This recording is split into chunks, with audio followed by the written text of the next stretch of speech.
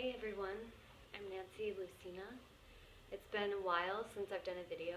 I've been going through a lot of different changes in my energy system, awakenings, deepenings, a lot. So I've needed some time to integrate that, and I still do. But I wanted to jump on video today to talk about the events that are happening around the world and to just share my perspective and how I think we can all individually help. I've posted a similar video about this in the summer, and yeah, aside from the obvious things that we can do on the physical plane, like making certain calls to people, I'm talking specifically in regards to the situation at Standing Rock and how we're all beginning to become really aware of how horribly tragic that is becoming. So aside from the physical thing, the very, physical plane kind of things like making the calls to certain people, making the donations, or even going there in person, obviously would be the most profound statement, perhaps. Those are all great, and then there's also a really big thing that I think we can do as individuals, wherever we are, whoever we are, whatever color our skin is, and that is to look within. So take this as an opportunity to go in further. So turn inward, turn your consciousness in toward itself to get to know that divine being that is within you. Because that divine being is within everything and in every person, in every soul, even in those people that are causing abuse on this planet, that are acting violent toward the peaceful protesters. And this is perhaps the hardest pill to swallow, I think, because it's very easy to say I stand with the peaceful protesters. It's very difficult to direct your prayers not only to them but also to the people who are causing the violence. And I actually think that that's one of the most profound things that we can do in situations like this, on the spiritual plane, because what we see is the separation being played out in our world around us. So the separation meaning I am separate from source, or you are separate from source, or we are somehow separate from source consciousness, God consciousness, whatever you want to call it. That's a lie. And so, when we can begin to unravel that lie and see through that illusion is when we really allow that divine being of oneness and unity to come forth and to live through each and every one of us. Even those people who are doing horrific things around the world. And that's not to say that they shouldn't be held accountable. I'm definitely not saying anything like that. I also have a lot of rage that comes up from time to time toward these people. And for me, that's always an invitation to work on that, to go within even more, and to ask that rage to be transformed, to ask the fear to be transformed, to ask all of the ideas of separation to come back into that one heart. And I truly think that that's one of the teachings of the natives as well, is that we are all one. And, this is what they're standing up for, that we are one earth, that it is one water, the water that is going to affect everyone, that is going to bring life to everyone. And so it's so profoundly beautiful, that truth, that you just can't help to have your heart ripped wide open, And I know in my heart of hearts that this time is a time of great awakening. And it's super dark as well right now. Very dark. And it feels like it's getting darker. And yet at the same time, I know, and it's a deep knowing that nobody can take away from me. That we're awakening and that things are shifting, and I have no idea what's going to happen and how much darker it has to get before it really pops. But I know that I incarnated in this lifetime to witness this and to be a part of this. And my work is to energetically help usher in this new consciousness. And I guess that's another thing that I want to talk about on this video, is that we all have different ways of doing the work in the world. And sometimes in these kind of times of chaos and darkness and tumultuous activity, it's really easy for us to begin to get really hard on ourselves. Like, what am I doing, and what can I do? And, you know, I've been calling the numbers, I've made a donation, like, I don't, you know, what am I going to do? Like, if you're not drawn to go there and be in person, what are you going to do? Like, what can you do for all of the different things happening out in the world, in Syria, and in so many places, right? This is just one example at Standing Rock. And so what happens, I think, is that a lot of people get lost in the hopelessness and just sort of spiral down into, like, I can't do anything, you know, and it's really heavy when you get into that spiral. And so I just want to share with you that I really think that you can do something, and I hope that you'll join me in this important inner work that we all can do together. For me, a practice that I tell, like, anybody who I work with is to create some kind of a sacred space for yourself within your house somewhere that you know you can go and be alone at that little sacred space for a few minutes every day. So I'm sitting in front of my altar here that has things that remind me of my own divinity and the divinity of this world.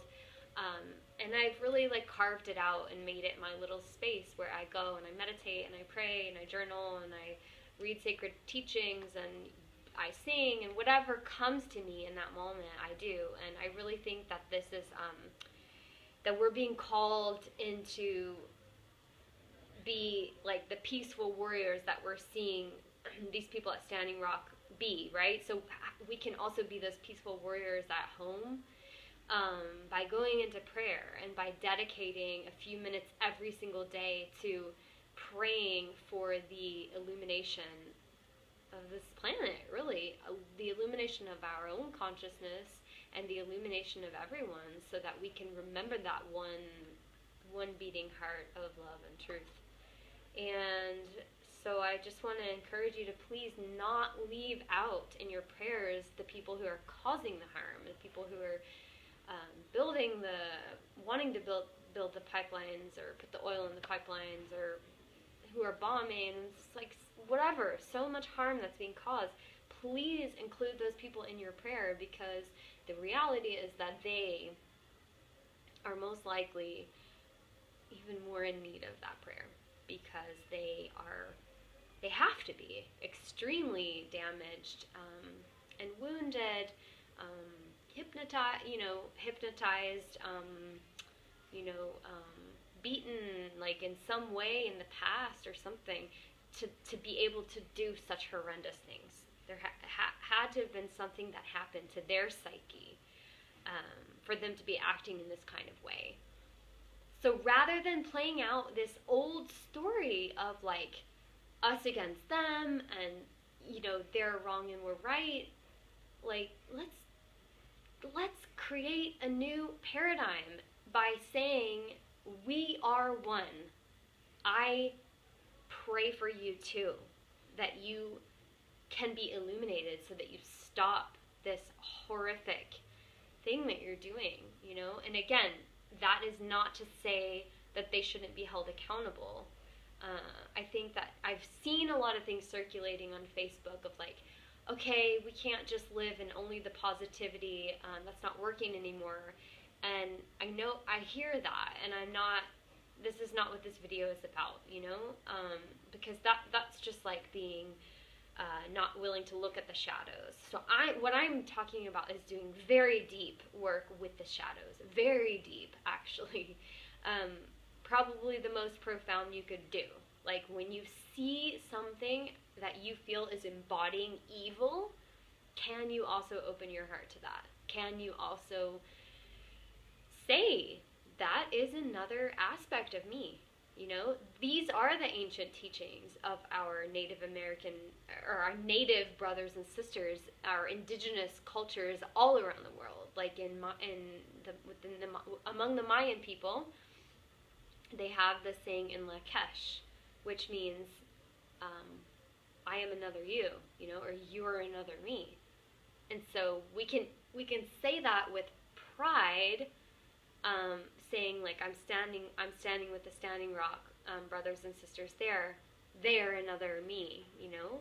But can we also say that police officer who is spraying that person in the face is another me? That is really difficult, and that requires a deep dive into your heart. And I know personally that that's why I'm here in this incarnation, because I want to dive deep. I want to go as deep as I can go. I want to awaken every part of my consciousness to that inherent oneness and divinity that I know without a shadow of doubt is the truth of this reality. And I am inviting you to do the same, because actually I think that that's really what these times are calling for, is fierce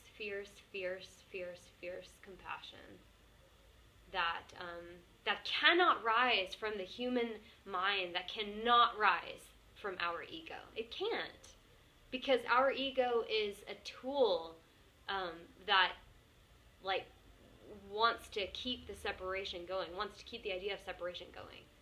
So you're not going to get to it from there, you know? You're only going to get to it from going deeper than that, deeper than that, deeper than that. And for me, it happens easiest through prayer. So really being willing to sit with yourself,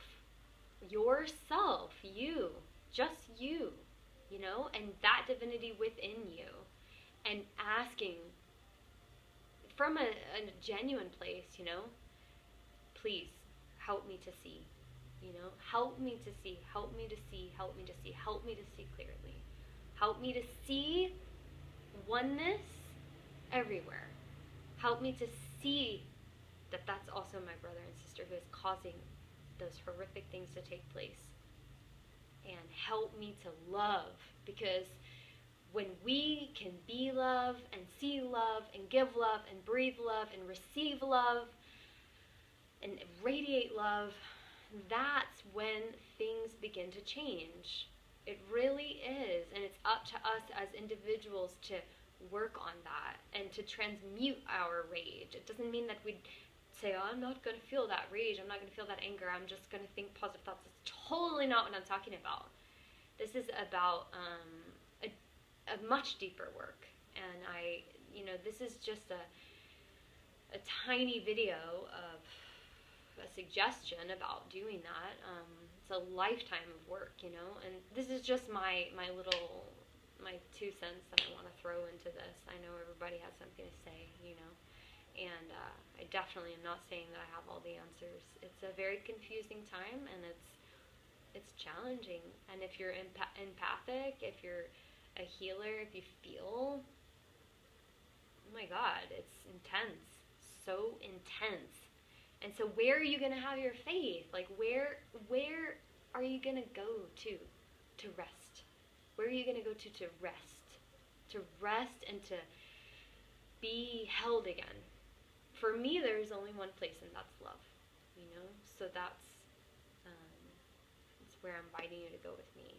And I'm giving thanks today to everyone who is on this kind of journey of love, and of being love, and of representing love out in the world. And I'm so grateful to see people standing up for not just their rights, but the entire world's rights to our water, our mother, you know, our sacred sacred element. So much gratitude. So thank you, and thank you for listening.